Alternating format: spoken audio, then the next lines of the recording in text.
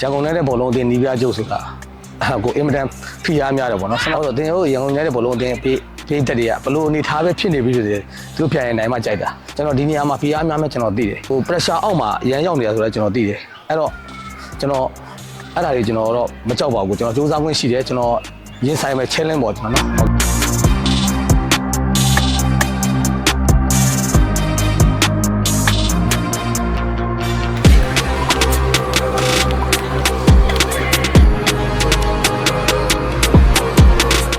်ဟုတ်ကဲ့ကျွန်တော်ဒီရာသီမှာတော့တချို့တက်တန်းကုန်သွားတဲ့ကစားသမားတွေရှိတယ်လေစာချုပ်တန်း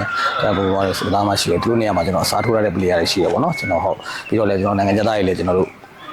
့ခေါ်ယူသုံးပြုနေတယ်ပေါ့နော်ဟုတ်ကဲ့ဟိုကျွန်တော်တို့ရာသီကျုပ်ပြင်ဆင်မှုကတော့ကျွန်တော်တို့မက်စလာ25ရက်နေ့မှာစားထားတာပေါ့နော်ဟိုတကြံတွင်းတော့ခဏနာပါတယ်ခင်ဗျာဟုတ်အဓိကတော့ကျွန်တော်တို့ကဟိုကျွန်တော်တို့ပြီးခဲ့တဲ့မြန်မာ national ပွဲတွေကျွန်တော်တို့ကြည့်ထားရတယ်ကျွန်တော်တို့အတင်းနဲ့အဆင်ပြေမဲ့အဝန်နဲ့ကစားသမားတွေပေါ့ကျွန်တော်တို့ဟိုရှားတဲ့နေမှာခြေစွမ်းပြနေတဲ့ကစားသမားလေးကိုကျွန်တော်ခေါ်ထားတာပါဗ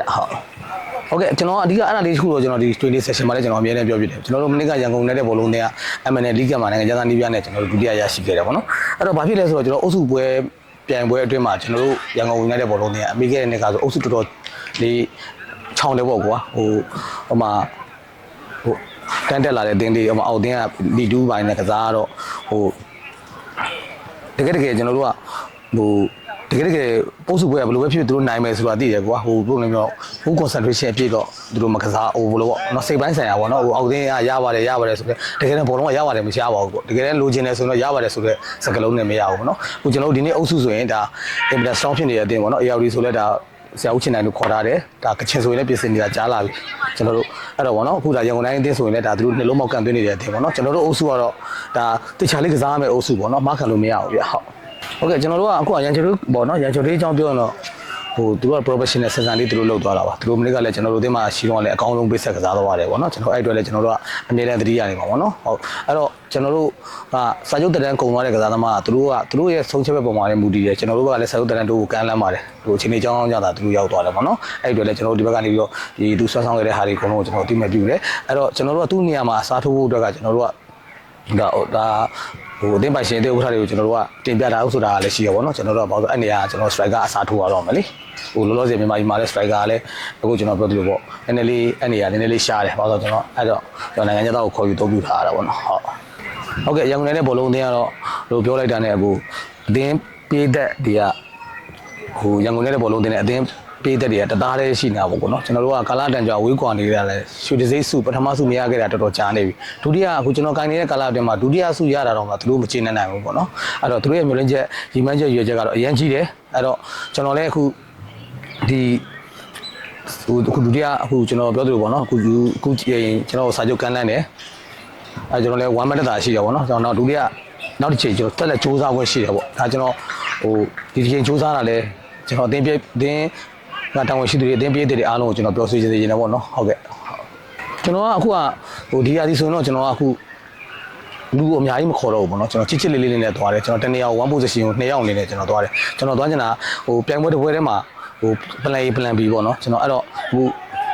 plan B နဲ့ပဲကျွန်တော်တည်ဆောင်သွားတယ်ပေါ့နော်အဲ့တော့အခုဒီရာသီမှာလည်းအခုမြင်တဲ့အတိုင်းပဲခေါ်ထားတဲ့ကစားသမားတွေကတက်တန်းအဖြစ်ဆိုကျွန်တော်23 24အသက်တွေပေါ့နော်ကျွန်တော်ပြီးခဲ့တဲ့နှစ်စီးကိန်းတွေမှာကစားထားတဲ့ player တွေကျွန်တော်လူငယ်တွေနဲ့ကျွန်တော်တွေးတစ်လောင်းထားတယ်ပေါ့နော်အဲ့တော့ကျွန်တော်ဆန္ဒပြောလို့ကျွန်တော်တို့ဂိမ်းကနေပြောင်းလာပြီကျွန်တော်တို့ကဒီ model football လောကမှာ pressing ဂိမ်းတွေရောက်လာပြီဆိုတော့ကျွန်တော်လူငယ်တွေနဲ့ကျွန်တော်တည်ထားတယ်နော်အဲ့တော့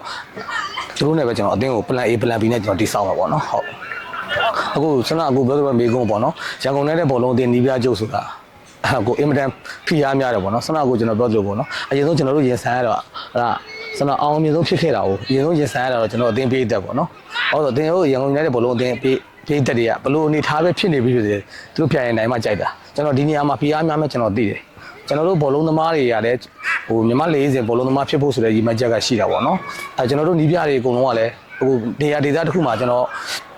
်လက်ထောက်နီးပြပဲလုပ်နေမယ်ဆိုတန်းအများကြီးလုပ်လို့ရတယ်ကွာဒါပေမဲ့ဆောင်းတော့ကျွန်တော်ပြောသလိုပေါ့စွန့်စားမှုမရှိဘဲနဲ့တော့အလကားပဲကျွန်တော်ခုဒီညမှာကျွန်တော်အခုဖိအားများမဲ့လည်းသိတယ်အရင်ဟိုဘာပြောရမလဲနော်ဟိုပြောမလဲအဲ့ဟို pressure အောက်မှာရန်ရောက်နေတာဆိုတော့ကျွန်တော်သိတယ်အဲ့တော့ကျွန်တော်အဲ့ဒါတွေကျွန်တော်တော့မကြောက်ပါဘူးကျွန်တော်စူးစမ်းခွင့်ရှိတယ်ကျွန်တော်ရင်ဆိုင်မဲ့ challenge ပေါ့ကျွန်တော်နော်ဟုတ်ကဲ့ပါဗျာဟုတ်